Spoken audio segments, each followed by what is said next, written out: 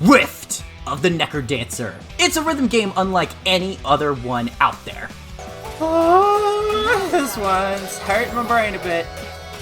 It's already popping off as a really fun time for those craving that rhythmic action, down to combat, Rhythm Heaven style minigames, and even a custom level maker that goes above and beyond for the workshop community on Steam. Holy cow!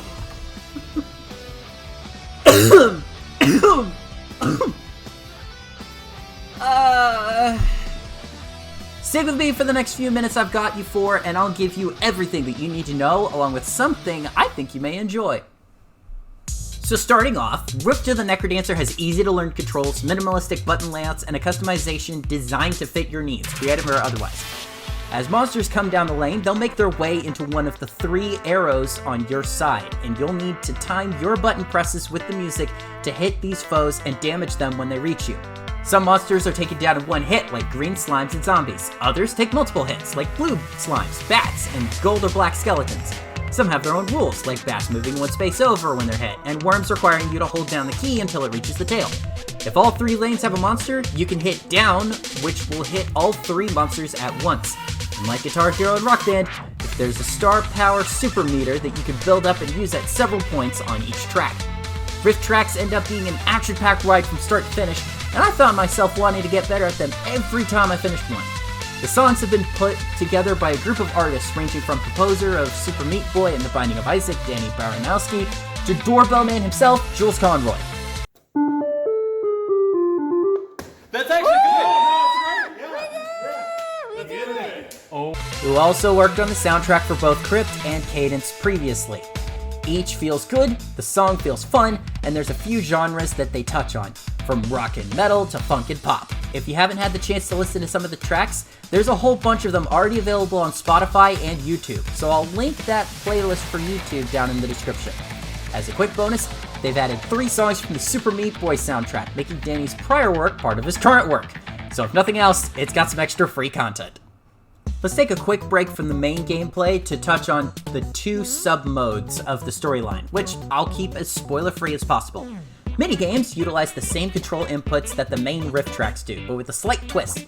Minigames are doing different activities akin to Rhythm Heaven. For those who haven't played a Rhythm Heaven game before, it's a little like a call and response minigame timed to the rhythm of the song.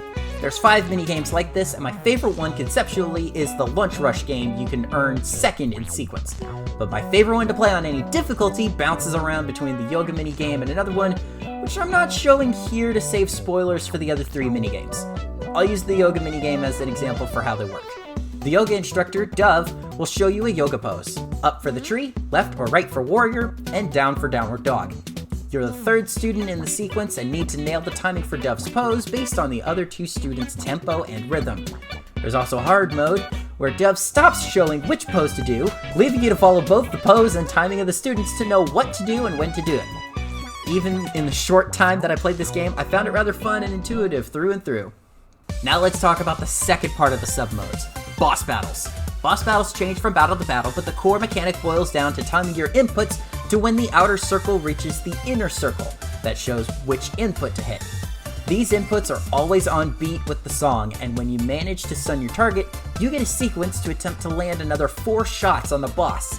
Again, only showing off attempts from the first boss, so no story spoilers beyond that. The boss fights are fun, voice lines are really creative and fun to hear, and even if you attempt the boss 5 times in a row, there's enough lines that the boss can cycle through that it won't feel tiring with the same voice lines over and over again. The developers really knew what they were doing to keep things fresh for people who are score hunters and would rerun these levels. I kind of wish more games did this for bosses. Regardless, the boss fights feel really good both as encounters and as standalone levels. And that's where we're stopping our coverage of the story mode. I only reached the end of Chapter 2 while playing the story mode, but the majority of my time was spent on the insane custom level editor and the Steam Workshop content that fans have already crafted for the game, myself included. Players have already created levels for songs from Has-Been Hotel, Ruby, Toho Project, even Crazy Frog, and the infamous Master Hard Mode song itself, Through the Fire and Flames by Dragon Force.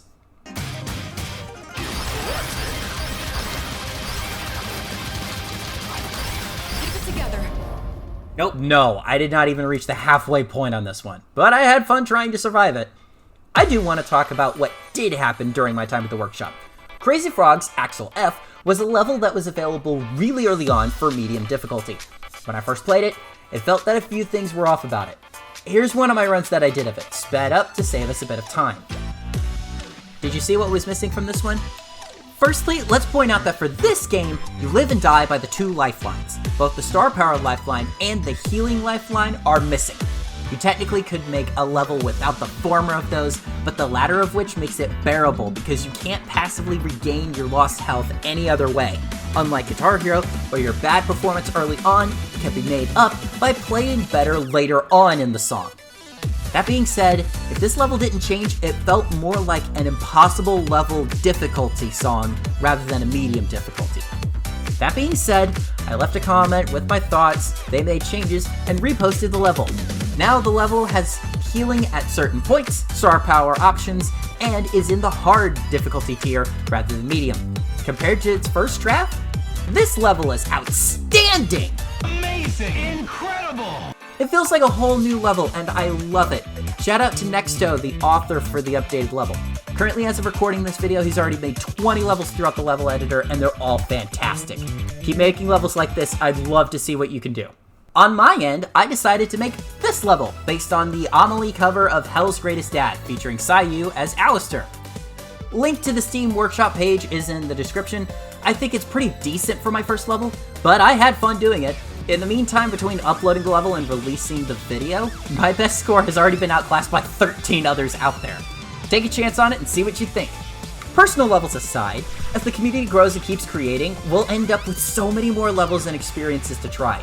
Some examples of levels I thought were good were Cynthia's battle theme from Pokemon Platinum,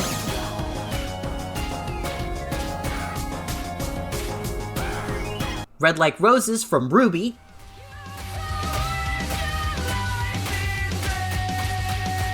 I'm on fire! and Rip Entry from Splatoon 2. The latter of which has all 4 difficulties available. That being said, there are so many amazingly crafted levels already in the workshop. There's also a practice mode for beginners to at least try their hand at the song to learn the rhythm, so don't be afraid of ending like this. What the hell?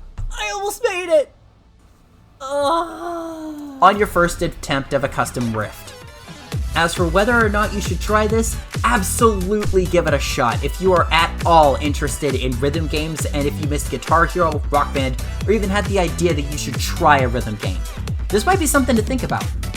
If you're at all hesitant about getting it, there's a free demo available for you to try out on Steam, and the price of the full game with the free Super Meat Boy DLC included is right at $20 on Steam. If you can't believe that quality can come from small packages, I've got news for you, it's this game right here. That'll be about it. All I want to say beyond this is that I'd love to see you guys out there playing this game, even if you only play the base game and never even touch the custom levels. There's quality to be had and a whole lot of fun packed into it. As for me, if you're seeing this on release day, I'm probably on twitch.tv right now playing Xenoblade Chronicles X Definitive Edition. I'll be playing this on stream as many times as I can for the next 2 months, so hop on whenever I'm live. I'll be posting my schedule on the Twitter page in the description, uploading the VODs to the newly made YouTube channel linked down below, and once I finally got to the next solo video finished, I'll pop that right here on this channel, so stay tuned for that. Until then, why not check out the time I beat Pokemon Violet only using the Chimchar line? Trust me, the challenge was crazy following my logic.